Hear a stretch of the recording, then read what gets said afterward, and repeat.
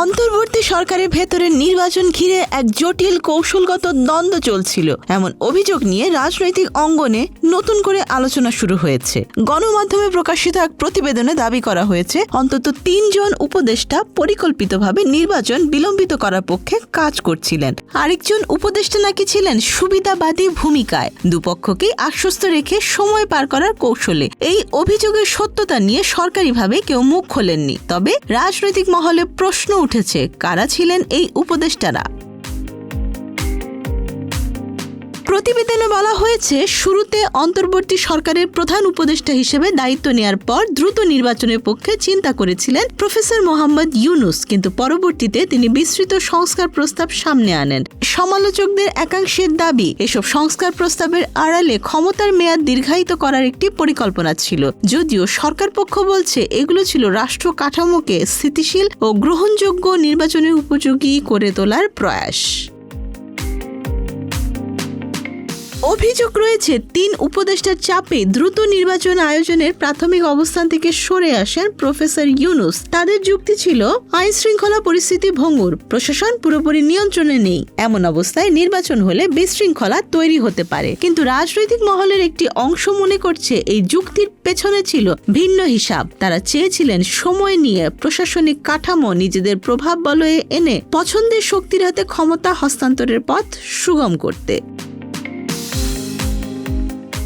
এই প্রক্রিয়ায় মব সন্ত্রাস ছিল একটি গুরুত্বপূর্ণ কৌশল, এমন দাবিও উঠেছে। প্রতিবেদনে বলা হয়, বিভিন্ন ইস্যুকে কেন্দ্র করে জনরোষকে উস্কে দিয়ে প্রশাসনিক স্থবিরতা তৈরি করা হতো। এতে নির্বাচন আয়োজনের পরিবেশ অনিশ্চিত হয়ে পড়ত। বিশেষ করে রাজধানীতে 2টি শীর্ষ সংবাদ মাধ্যমের কার্যালয়ে আগুন দেওয়ার ঘটনার দিন আইন শৃঙ্খলা বাহিনীর বিলম্বিত উপস্থিতি নিয়ে প্রশ্ন উঠেছে। কার নির্দেশে পুলিশ দেরিতে ঘটনাস্থলে পৌঁছায় তা নিয়ে সংশ্লিষ্ট মহলে আলোচনা রয়েছে, যদিও আইন শৃঙ্খলা বাহিনী এসব অভিযোগ অস্বীকার করেছে।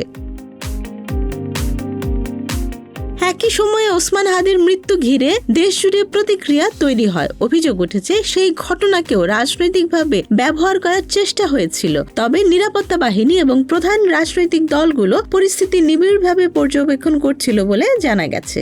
রাজনৈতিক সূত্র বলছে, প্রতিদিন সন্ধ্যায় কয়েকজন উপদেষ্টা ও প্রভাবশালী ব্যক্তি বৈঠকে বসতেন। তাদের মধ্যে কেউ কেউ আনুষ্ঠানিকভাবে সরকারের অংশ না হলেও নেপথ্যে প্রভাব বিস্তার করতেন।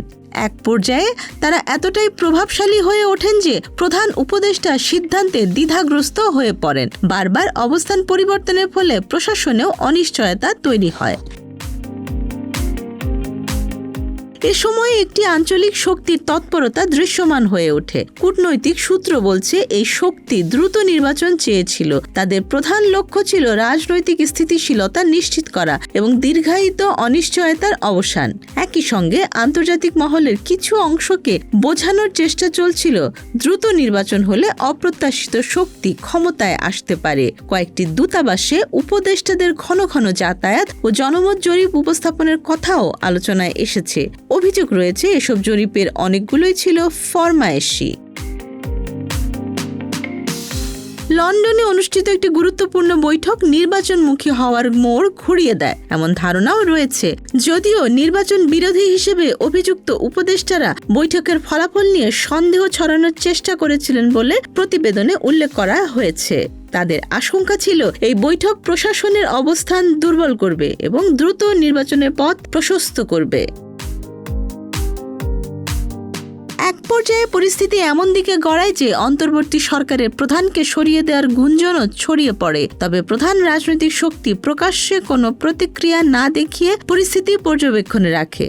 জনচাপ ও ভূরাজনৈতিক বাস্তবতা শেষ পর্যন্ত নির্বাচনমুখী সিদ্ধান্তে ভূমিকা রাখে বলে বিশ্লেষকদের মত। প্রতিবেদনে আরো উল্লেখ করা হয়েছে, এক উপদেষ্টা দক্ষিণ এশিয়ার একটি দেশের সফরকালে হঠাৎ যোগাযোগ বিচ্ছিন্ন হয়ে পড়েন, যা নিয়ে কূটনৈতিক মহলে অস্বস্তি তৈরি হয়। যদিও পরবর্তীতে তাকে খুঁজে পাওয়া যায়। এই ঘটনার ব্যাখ্যা সরকারিভাবে স্পষ্ট করা হয়নি। সব মিলিয়ে প্রশ্নটি এখন রাজনৈতিক অঙ্গনে ঘুরপাক খাচ্ছে। কারা ছিলেন সেই 3 উপদেষ্টা, আর কে ছিলেন সেই সুবিধাবাদী ব্যক্তি? অন্তর্বর্তী সরকারের কয়েকজন সদস্য পুরো বিষয়টিকে গুজব বলে উড়িয়ে দিয়েছেন। তবে বিরোধী রাজনৈতিক শক্তি বলছে ঘটনাগুলোর নিরপেক্ষ তদন্ত হওয়া উচিত। নির্বাচন শেষ হলেও নির্বাচন পূর্ব এই অন্তর্দ্বন্দ্ব ও কৌশল নিয়ে বিতর্ক থামছে না। রাজনৈতিক বিশ্লেষকদের মতে যদি এসব অভিযোগের ভিত্তি থাকে তবে তা দেশের গণতান্ত্রিক যাত্রাপথের জন্য একটি গুরুত্বপূর্ণ অধ্যায় হয়ে থাকবে। আর যদি অভিযোগগুলো অসত্য হয় তবে সেটিও পরিষ্কার করা জরুরি, কারণ অনিশ্চয়তা ও সন্দেহ দীর্ঘমেয়াদে রাষ্ট্রের জন্য ক্ষতিকর। Desk report, Dhaka express.